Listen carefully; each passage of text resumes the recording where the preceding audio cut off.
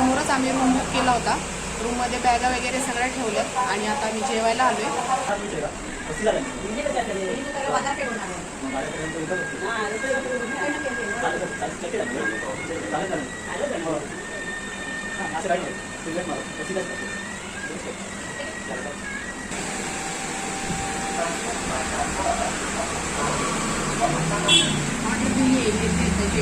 इथे मी बांगडा थाळी मागवली माझ्यासाठी आणि यांनी सुरमई थाळी घेतली आहे.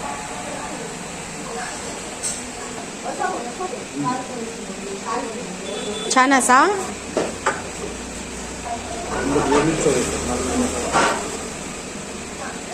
काय चपाती, भात, बांगड्याचं पिठलं, बांगडा फ्राय, सोलकढी, कांदा आणि जवळा.